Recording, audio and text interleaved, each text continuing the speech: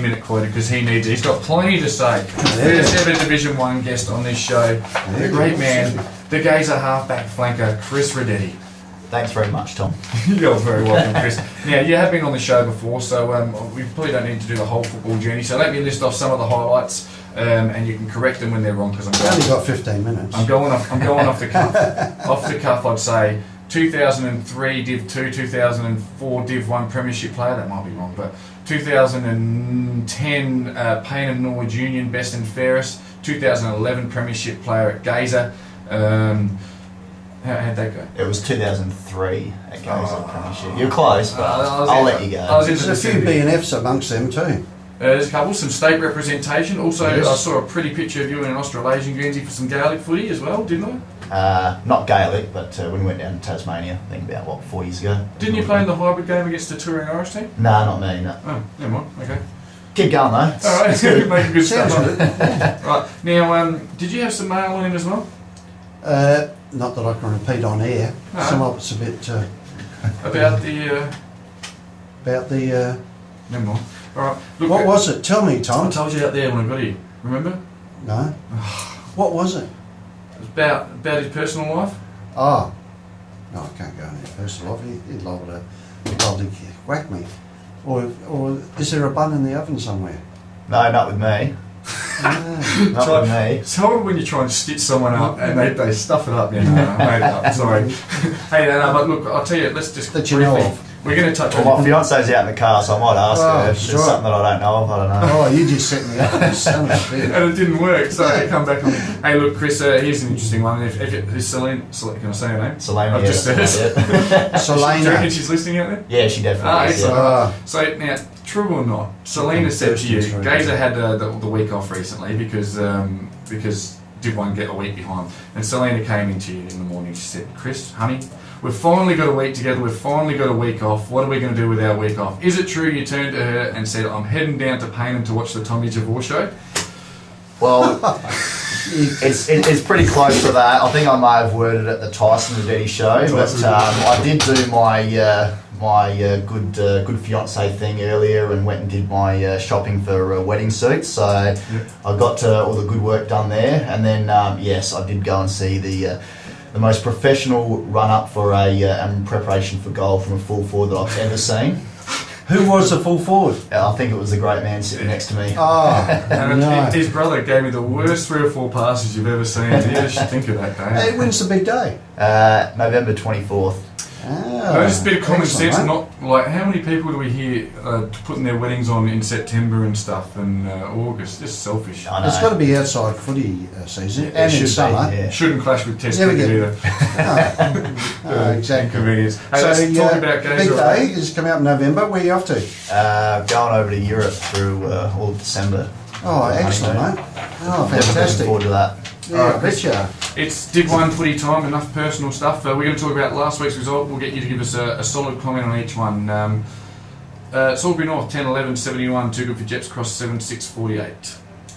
Yeah, no surprises there. I mean, Salisbury North, they have had a little bit of a up and down season, but yeah, no surprise that they were way too good for Jeps Cross. Yeah, I watched you last time against Salisbury North at the Greenacres Oval, and I thought you would have won that game.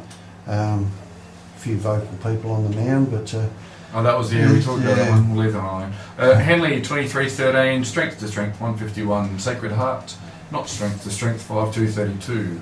Yeah, Henley definitely been the obviously most consistent side of the year. Yeah, obviously deserves to be the premiership favourite. So yeah, again, no surprises with that result. No. Yeah. St Peter's 13-16-94, Foss Cannon 8-7-55. Same thing. No same again, yeah. Yep. Ross Trevor, this was a huge game for the finals, the way the finals will be shaped. Ross Trevor 9-13-67, bad kicking. I said they needed to kick straight, and they didn't. Goodwood Saints 13-5, did kick straight, 83, so they got up by 16 points. Yeah, as I said, that was no surprise. That was a close one. Obviously, yeah, with there being a bit of logjam around that 3rd down to 6th spot. Any one of those sides that lose, it's always handy for us. So definitely helped us out a little bit.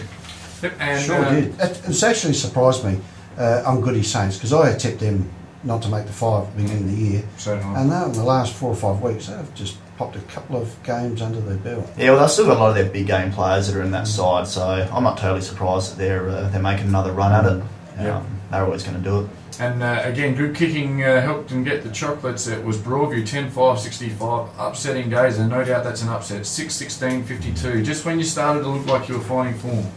Yeah, it wasn't so much the good kicking from them, it was the bad kicking from us that cost it, I think. Yep. I would have hated to have been near Grange on that day and that night back in the club. He would have been fuming because that would have given you that break for the fifth spot. Now it's a real pump. Yeah, we basically needed to win the last 3 games to sew up third spot, and now that's obviously made it a lot more difficult. We've got to rely on Swords North to lose a game, which they might not do, and Goodwood Saints, they've got a couple of tough games, so relying on other sides to lose isn't the ideal way to go into finals. What was Grange like doing the awards on the Saturday night? Oh, look, it wasn't too bad. I mean, this time of year, you can't really sort of dwell on the negatives a bit too much, so just try to sort of work forward as much as possible. It's been a very hard year for Gaza, I must say. It's been a hard year not having the Oval, but I went up there and had a look at it just recently. Man, it's going to look great next year. It's looking good, and the loss of Canteen, and all that, the money that comes in is taken its toll on them for the year, but the future looks really bright. Yeah, it'd be remiss of me not to actually talk about the Oval, so we'll actually get onto that now. You wouldn't be aware of this, David. I'm not sure if you are either, Chris, but the Grassroots Footy Show is seen on YouTube and at SWAFL. Do you know where it's coming to you from this Tuesday night? I reckon Gaza Football Club. It is at Gaza. We've been promising for quite a while, so it's at Gaza, and we're going to talk to Danny and the Prez, Bob. Napier, that's it. Grange and some of the stars, no doubt, and talk about the actual challenges you've faced, not having your own oval, being in Division 1. Because I know I live right near Bob. One thing, look, money in football is important, whether it be amateur league or not. It's cost you a lot of revenue, hasn't it? Yeah, definitely. I mean, I think they've estimated it to be somewhere between $3,000 and $5,000 every week that we're losing from barbecue, canteen, bar takings. And that's just not on the Saturday. That's with the Sunday with the juniors playing. Training during the week as well with the juniors and the seniors. So definitely has hit us hard there. But it's had to be done though, hadn't it?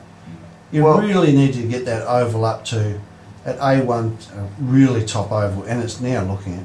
Yeah, I mean, obviously it will be good moving forward. There wasn't any massive issues with the oval beforehand. I know the Gaza Oval of old used to have its issues with the mud, but they'd put a pretty good drainage system in there. It was more the surrounding parts with the horse track and everything that obviously needed to. Gone. It's actually widened the oval and lengthened it a bit. I think it's about maybe 15 metres longer from memory, and it's definitely a heap wider. So it's a big oval now. It's going to make great open football. Yeah. And the way it's situated with the goalpost, with the members, it's not a bad position. Yeah, and with the way we've been kicking lately anyway, because you might kick it into the members. Well, the oval has changed orientation, so it might help us, or it might really stuff us up. So, I have no doubt. Training on it in summer and pre-season, the boys will have that down pat. Well, I mean, we've been training there for the last, I think, 4 weeks now, and you've noticed the morale amongst the group has gotten a lot better. And everyone's really excited moving forward into hopefully into finals. I can't remember who I was speaking to. They said, I might have been you actually. So you won't be surprised to hear this. That first training, you had as many spectators as you would as at a game. Oh well, it felt like we were training. We were playing a grand final on that Saturday. It was just huge. Everyone getting around it, and it was belting down with rain, but that did not deter anyone. And it was probably the worst quality training that we'd had, given the conditions with the weather, but everyone is still so excited to be out there. Yeah. I remember the first Tuesday night when I went past and I saw the lights on, even just as someone who works there in summer, I was excited, genuinely excited, like it's happening. For the local community, it's a big thing. I mean, the amount of people, especially when I'm there in summer, that walk their dogs, even like a James Gown, you see James Gown's there every Thursday walking his dog, and all these guys that come in, everyone sort of knows, it's a great place to be, Gaza. Yeah, and it definitely works in building, obviously, the profile of the club up and trying to get as many more people involved as we can. And a big shout out to the council for keeping us guessing on when it'll be finished. I used to go with the dog, take the dog down there. What are you doing? I caught 2 guys having a tractor race down there one day. Well, it's been interesting anyway. So, yeah, this week's games, I reckon, might be the way to go because we got some big ones. It is, of course, only round 17 in Division 1. So, yes, and I tell you what, there's not a lot of ways to talk up this one, this one here, except that Jeps Cross, they've got the faintest hope in life that they could stay up, and they can start that by winning today against Sacred Heart for a coach that will be leaving them now in Greg Anderson. I think they will beat Sacred Heart. So do I.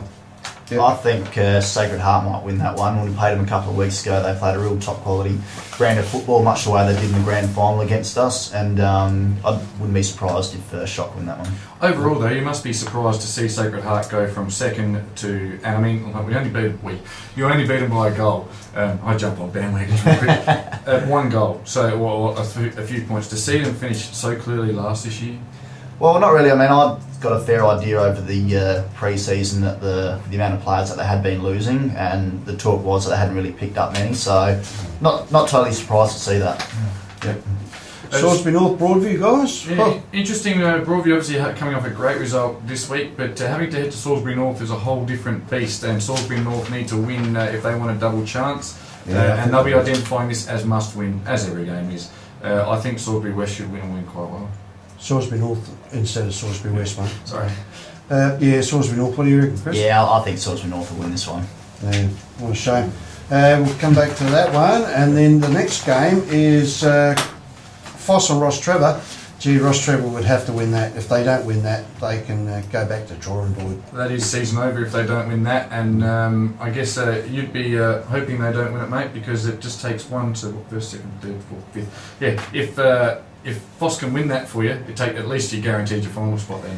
Yeah, definitely. That's going to be a tough one to pick. Foss can match it with the best of them. Ross Trevor, again, a little bit inconsistent through the year. I'd probably pick Ross Trevor on that one. Yeah. And your old coach, the old Weed, you would hope that he does the right thing for you and gets the boys up. Yeah, I might have to give him a phone call today to see if he can do something for us. And Goody Saints and Henley. Goody Saints have been playing pretty good footy, but I reckon they'll get hammered by Henley. Henley would want to, Gavin Cromwell would want to make sure that they nail them to the ground coming up to finals. Yeah, it's interesting. I mean, Henley are going to get a break in 2 weeks with a week off, definitely for finishing top. But it'd be interesting to see if they're rotating some of their on-ballers into the resting, sort of give them a rest now, so they freshen up, whether it be Regolos or whoever. Yeah, I can't. The budget tips Goodwood by 17 points. I find that a bit strange. I can't see a reason to tip against Henley at this stage. Where's the game being played? Goodwood. At Goody Saints ground. It won't affect if Goodies win. It doesn't have an effect on the. It affects Goodwood. It'll affect Goodwood. Goodwood need to win to play to get the double chance. So I bet you'd be backing for Henley, wouldn't you? Yeah, I think the result will be closer, having been played at Goodwood Oval, but I still think Henley will get over the line. Yeah, I agree. And of course, that the next one. It is a game of the round because it's second versus fifth, and. Both teams need to consolidate. It's very much looking like Spock should, actually, they pretty much will, have a first home final in the first week of finals. But, so again, perhaps they could rest a player or two, which you'd be hoping, but Gaza need to win this to A, make sure they play finals, and then B, push towards the double chance. If St Peter's lose to Gaza, it's not going to affect them on the premiership table. So, it's an interesting mix, isn't it? You'd rather win than lose, though. Yeah, but it's only round 17 for them. So, yeah, I'm actually going to go for Gaza, to be honest with you. I think there's more to play for Gaza than there is for St Peter's. St Peter's will be going into finals, and definitely, and they might just take the foot off the pedal a bit. Your thoughts on the game, Chris? I think we'll win, Tom. That's what we're bringing the big guns. No, we've been working on a few things. Got a couple of players back into the side that were out last week, so it's helped us out with the confidence. And I think we'll be right to give it a red hot crack. Yeah. I tell you what, I've watched a couple of Gaza games late, and Paul Merritt, it never ceases to amaze how he keeps going, Paul. Yeah, one of Chris's favourite players of all time, isn't it? He is. We won't go there, all right? We won't go there just yet. Just keeps going. He just keeps going week after week. And, of course, the ruckman, Jack, he's finally had a decent haircut. and he's not playing too bad. Yeah, he's definitely given good support to Curry there in the ruck, and Merritt. Yeah, I mean, just in the crucial times there, his experience really sort of comes out and it shows. And yeah, as I said, there's no reason why even next year. He's obviously slowed down a little bit, but just at the crucial times, he just knows how to use his body. And I reckon Paul's one of those guys. He's not a puncher or anything like that, but he lifts younger guys around him. The way he gets in and under, and the young guys see that and think, shit, you know, he's 100 years old and he's still doing it. Yeah, I mean, he's done well. It definitely helps with the young guys around him seeing that. So I'd like to see a premiership this year, and he'll probably retire on a premiership already. Yeah, well, he said it last year. He said last year, oh, you know, that's it for me. If we win it this year, then that's it. And then he just got a little bit too excited and had to go on, I think. Yeah. Hey, I got a question, mate. If you do get a home final, where will it be played? Theberton. At the moment, I've got no idea. I'd probably say Theberton, but I don't think Gaza's going to be ready to play on it just yet. Nice. And just another quick one, because you're normally very good with these. Tips for the medal for Division 1? Tips for the medal? Rattle off a few form players. I think Nick Smith from Spock is he's gun player, and he's definitely an umpire's favourite, so I think that'll go a long way towards getting some votes. What position does he play? He plays on ball. Yep. I think from Gaza, little Johnny Boxer is a proven vote getter, and he's had a cracking season this year. He's kicked a few goals. He has kicked a few goals. Yeah, that was my tip. Yeah, he'll get a few. Maybe Bergsner from Foss Camden. He stitched me up in beauty the last time we played him, so he'll definitely get 3 votes that game. Yeah, I think they're probably the main 3. Yep. Yeah, probably maybe not having won enough games. Foss could struggle. But what about Henley? I mean, they probably will take votes from each other, but I was trying to work out, being asked to do my medal tips, I couldn't come up with a Div 1 one. So yeah, a little bit hard from Henley. They're a pretty consistent team, so I don't know if there's been any massive standouts. I mean, there's different names in the paper every week when you have a look, and I know a few guys have missed a few games here and there, so that might affect them a little bit, but yeah, it'd be hard to pick one from Henley. Nice. And who do you think you'll be lining up on today? Not too sure. Maybe Smithy in the middle. Wouldn't that be a great matchup? Hey, anyone you'd like to thank? Yeah, we'll just give another quick plug to the sponsors, the Highland Hotel, Suntough, AA Family Motors, and Fife Engineering. Beautifully done, Chris. We wish you all the best. It's round 17 today, of course, in Division 1, round 18 next week, and then finals. I hope you feature heavily, and the Gaza Eagles have another great year, and perhaps dare to dream to go back-to-back. Thanks very much, Tom. Appreciate it. No worries. And what about Dave? Thank Dave. Oh, thanks, Dave. He gets the shits. Hey, I'm going to spit the dummy. I'm going home. I'm taking my headphones again. Well, I'm off to sunny Eastern Park with your brother.